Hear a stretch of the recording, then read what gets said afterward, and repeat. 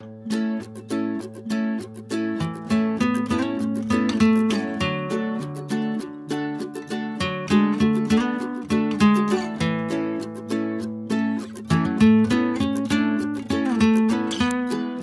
Mardo, saya owner dari Palembang Harum.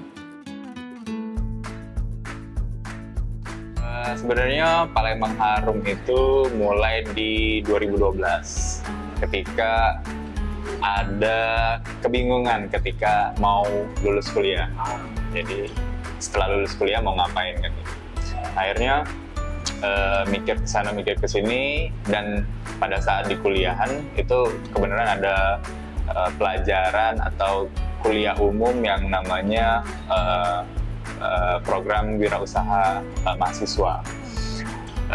Perjalanan itu ya membuat kita bahwa ada nilai atau ada kalimat ketika kalian tamat kuliah tidak harus cari kerja, tapi kalian juga bisa menemukan opsi kalian membuka lapangan pekerjaan. Nah, itu yang men-trigger saya untuk membuat Palembang Harum ini. Jadi kalau setelah itu dapat, kemudian kan nak usaha apa, nak bisnis apa kan. Akhirnya kemarin sebelum Palembang Harum ada ngeplan bisnis angkringan yang lebih bersih, lebih ini. Cuma ketika ngelihat ke dalam lagi kayaknya itu terlalu kejauhan. Karena di rumah kami itu banyak menyimpan resep-resep kue Palembang. Kenapa ini tidak dikomersialisasi? Akhirnya ide itu mulai terbentuk, resep-resep tradisional ada, dan ada passion untuk mengembangkan Palembang Harum lebih bagus lagi. Jadi di 2012 itu Palembang itu sudah dikenal oleh-olehnya pempek. Nah, di zaman itu sebenarnya aku juga tidak tahu banyak tentang kue-kue Palembang. Nah, ada momen ketika ibu aku menyediakan kue-kue itu, terus nanya, ini apa Bu? Ini Manan Sahmin, ini dadar jiwo. Itu terasa asing bagi aku.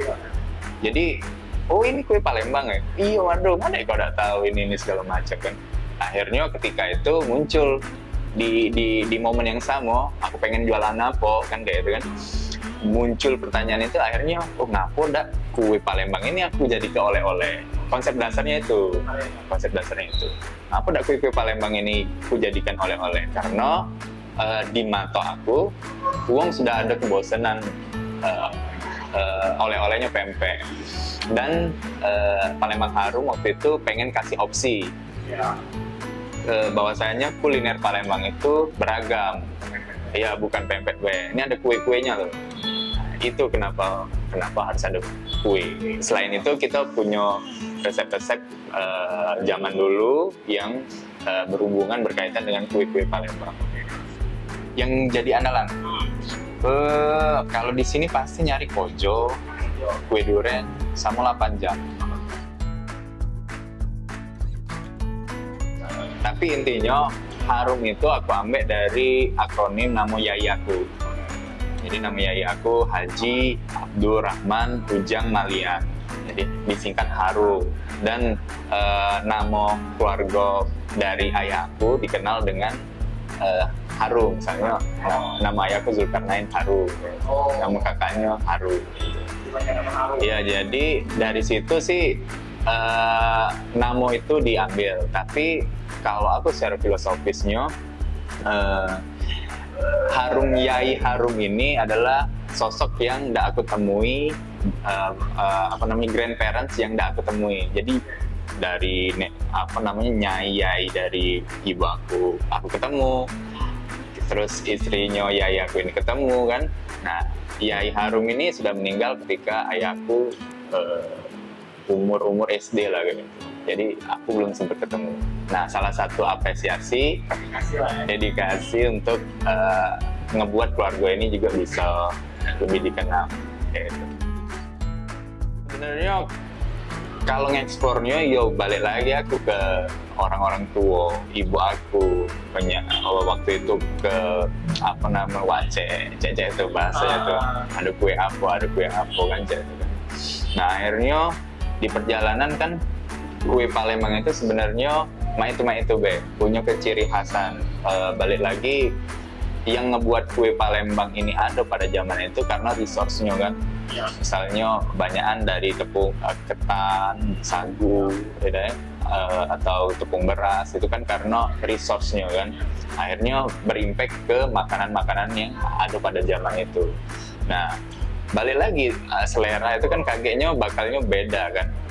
Di zaman dulu sama zaman sekarang, wong kalau makan 8 jam, setelan zaman dulu dimakan sama zaman sekarang, wah gila katanya. Terlalu manis kan. Nah, makanya ada beberapa kue yang ada di Palembang Harum kami adjust lagi dengan taste dan rasa yang bisa dinikmati oleh audiens atau pelanggan kami.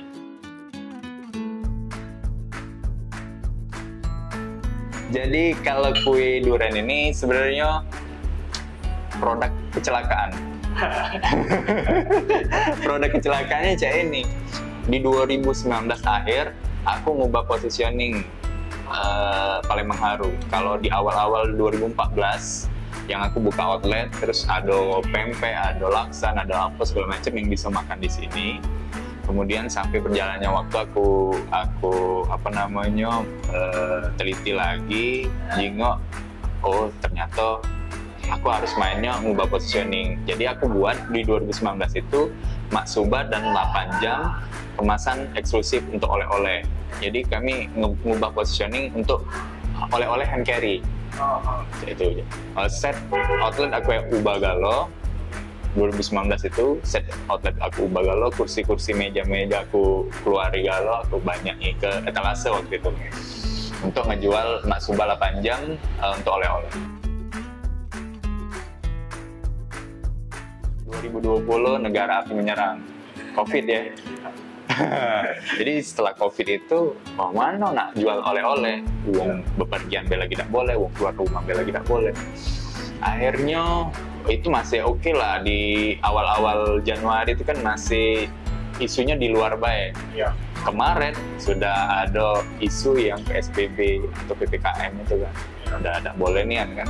Nah, di perjalanan itu kalau kue Palembang kami menilainya kue yang serius, kue yang berat, gitu kan. Ya kan? Ada occasion, ada waktu-waktu tertentu yang dimakan kayak itu kan. 8 jam Maksuba untuk lebaran dan lain sebagainya kan. Nah, aku mikir apa sih produk yang bisa agak lebih ringan. Aku eksplor, aku cari tahu, aku pelajari. Akhirnya ketemu olahan durian ya. Olahan durian. Jadi sudah kami riset buat kue durian. Intinya kue yang ada rasa duriannya dan lebih ringan kayak itu. Uang dimakan tiap hari tidak bosen. Nah itu sih sebenarnya. Tiap hari tidak bosen. Karena kami mikir di COVID itu pasti tidak ada setahun, tidak ada setengah tahun, pasti lebih dari setahun. Aku pikirnya kayak itu untuk pemulihan, untuk new normal bangsa kemarin itu kan. Pasti ini kalau aku bertahan dengan konsep yang ini ya aku bakal inilah kejingan dari 3 bulan awal. Akhirnya di situ kami explore, riset, dapat kue durian yang sekarang ini. Set dapat, kami coba open PO dulu, open PO, terus kirim online segala macam. Akhirnya jalan. Di zaman itu mungkin bisnis-bisnis yang lain tidak bisa bertumbuh, bahkan ada yang kolaps. Tapi Palembang Harum dengan kue durian kami bisa nambah 4 pegawai. Alhamdulillah. Nah sekarang alhamdulillah kue durian jadi signature produk kami kan. Jadi di awal itu aku cuma ubah kue-kue Palembang lebih kecil untuk narik perhatian Mbak. Jadi kojo aku buat kecil-kecil, Manan Samin aku buat kecil-kecil, Kaketan kecil-kecil, terus dikemas di kemasan yang lebih menarik. Kalau biasanya dijual di pasar kresek, pakai kresek kan. Nah, Palembang Harum coba ngemas kue-kue ini dengan kotak yang lebih bagus, desain yang lebih bagus gitu. Dapat atensi tuh. 2012 sampai 2014 aku mainnya di online. Zaman itu BBM sama Twitter. Nah, terus juga ada kawan-kawan yang nyebarin melalui media massa mereka kayak itu. Karena baru kan banyak media yang mengangkat waktu itu. Nah, ini bentuknya pengen oleh-oleh. Cuma produknya tidak tahan lama waktu itu. Cuma ngasih opsi, ini bawa ado ini. Aku pelajari sampai itu. Akhirnya 2014 ada kesempatan untuk buka outlet. Nah, jadi dibuka outlet ini karena belajar kan, nggak ada mentor, nggak ada benchmark. Terus akhirnya, oh iya kita bisa buat laksan, bisa buat ini, ada ini. Akhirnya kita buka kalau di tempat di outlet ini. Kue sebagai ininya, sebagai ujung tombaknya, ada laksan, ada pempek tambok termasuk juga kan, pempek tambok. Di perjalanan itu kami mengevaluasi lagi, wah terlalu banyak yang nak diproduksi. Nah, kami sempiti lagi positioningnya, nak kami kuat ke di situ, di oleh-oleh tadi melalui 8 jam dan Mak Soba. Kenapa mereka Duiko ini? Karena yang pertama dia tahan lama,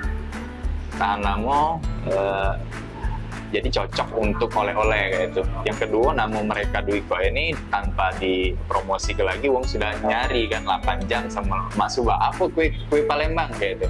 8 jam Mak Soba. Nah, akhirnya kenapa ngubah positioning, bahasa kita tadi ngubah positioning kayak itu. Okay. Kalau terdekat sih kita ada beberapa hal yang keduren-durenan. Ya, ice cream duren. Terus es duren, beberapa hal yang berbau duren lagi, sama sarapan di sini, insya Allah. Jadi resep itu kan sebenarnya ya takaran dari wong tua gitu, dari nenek. Jadi resep waktu itu ya rata-rata by feeling. Oh ini telurnya sekian, tak masih kan? Iya. Terus misalnya gula sekian canting Mardo, kayak masih kan? Nah, dengan hadirnya aku kan pengennya buat bisnis kan, bukan buat mengekip bahwasanya kue ini aku harus yang buat ini segala macam. Jadi kalau aku lihat situ, ya siapa yang nak mikirin pengembangan bisnisnya? Fungsi aku ya membuat standarisasi itu. Aku buat gramasi. Jadi yang dikatakan oleh ibu aku, oh ya sekian, berapa canting? 3 canting misalnya. Aku gramasi ki. Kalau sekian aku gramasi, akhirnya dapat. Oh ini untuk ngebuat 8 jam sekian gramasinya. Akhirnya sekarang ya kawan-kawan tim di Harum insya Allah bisa ngebuat itu semua dengan standarisasi tadi. 2 tempat aku di rumah sama di sini, tapi kebanyakan di sini sekarang. Di sini. Karena sudah duo kan. Iya. Kalau untuk pegawai berapa banyak sekarang? Di sini 6, di rumah ada 3.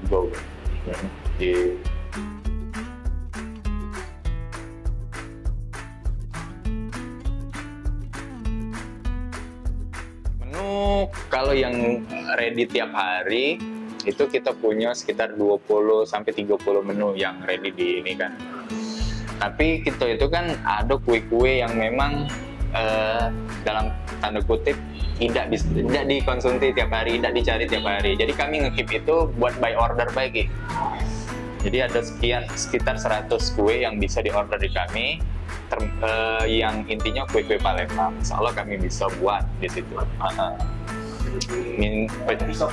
Iya, misalnya pecah ongol-ongol. Kan mungkin uang nyingoknya ongol-ongol apa sih? Tapi uang lama ketika nak cari ongol-ongol, pengennya termancanya Palembang Harum. Kue Palembang Harum. Karena ketika mereka order kita bisa prepare, bisa buat kan kayak itu, bumbu segala macam.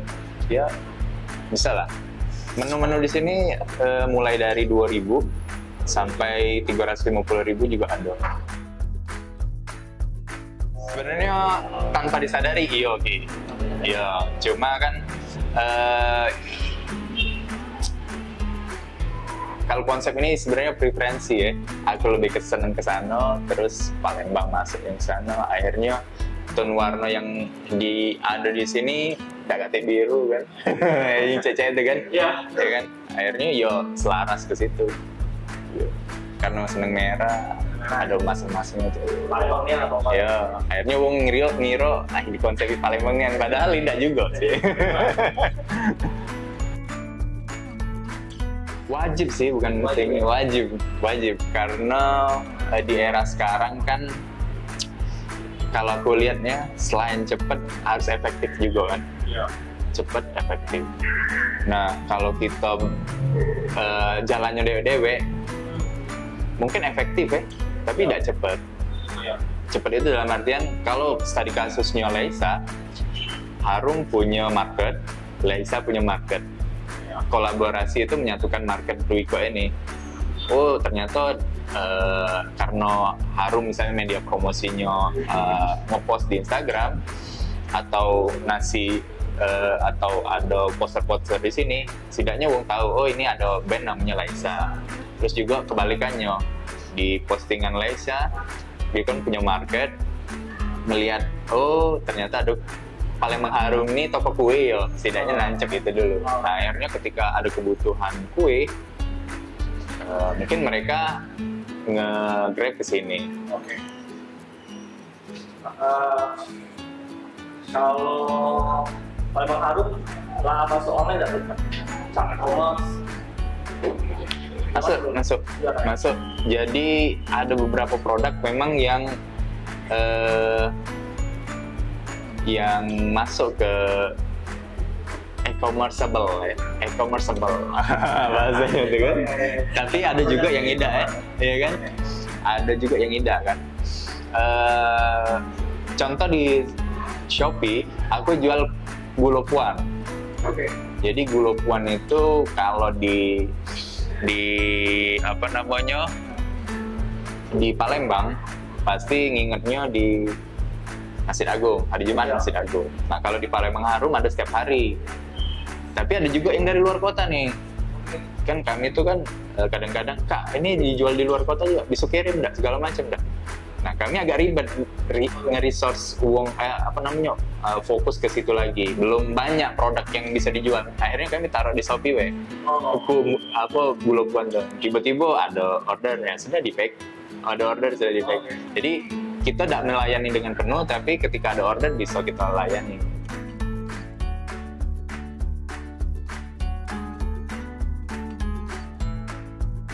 Jadi di 2016 kalau tidak salah, aku bisa ke Malaysia gara-gara Palembang Harum gratis. Jadi aku kan tamat 2012, 2015 aku nyambung. 2012 D3, 2015 aku masuk transisi untuk PS1.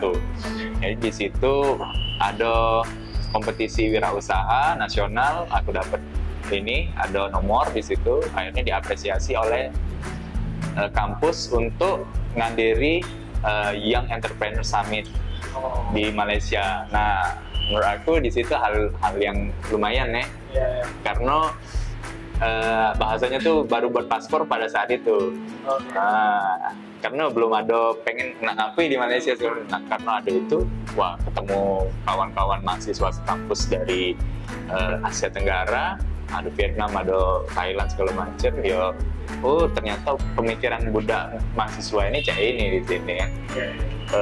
Kalau di sana rata-rata banyak lebih ke teknologi sih pas zaman aku itu. Hal sulit itu ya ketika ini ya tren atau semangat itu kan pasti ada dinamika. Nah jadi ketika lagi down, nggak ada kawan, nah itu kita merasa sulit. Nah cuma aku alhamdulillah sudah dapat beberapa bahasanya circle sekarang ya, kawan-kawan lah yang bisa saling semangat. Jadi ketika down 12 tahun itu dari 2012 ke 2013 sampai 11 tahun itu kan ya pasti tidak ada main ini terus sih. Kalau main ini terus, aku sudah ini kan, ibaratnya jadi ada fluktuasi semangat juga gitu. Sulitnya itu ya banyak kendala kan, kadang-kadang galau, apa segala macam kan. Nah, mengatasi itu ya sih. Jadi development aku untuk mengatasi kesulitan itu ya pada saat itu hampir nyerah segala macam. Tapi aku percaya bisa membuat Palembang Harum ini semakin besar sih. Intinya itu sudah. Jadi kalau Palembang Harum itu ya punya visi yang tidak muluk sih. Kalau Palembang Harum itu cuma pengen untuk membangun generasi yang cinta, bangga, proud dengan local wisdomnya. Jadi local wisdom itu ya kalau Indonesia dia bangga dengan Indonesia. Kalau dia Palembang, bangga dengan Palembangnya. Iya. Ya kan? Kalau dia ibaratnya Kediri dia bangga dengan diri dia. Apa yang dia punya saat ini, bangga. Tidak nengok, oh kenapa aku tidak jadi sini sih. Yang kedua dia pede dengan apa yang dia punya. Dia jalan. Insya Allah kalau potensi mereka masing-masing generasi ini sudah bangga dengan apa yang dia punya, apa yang ini, pasti ya insya Allah maju juga. Jadi buat kawan-kawan yang di luar Palembang, ketika ke Palembang mau cari makanan khasnya, mau cari kearifan lokalnya, silahkan datang ke Palembang Harum di Jalan Merdeka tadi, atau bisa kepoin dulu di Instagram kita @palembangharum. Kalau mau order Gulai Puan tadi bisa langsung ke WA kita di 0813 7767 1311. Nah, buat kawan-kawan yang di Palembang, kalau ada tamu dari luar, jamunya ke Palembang Harum.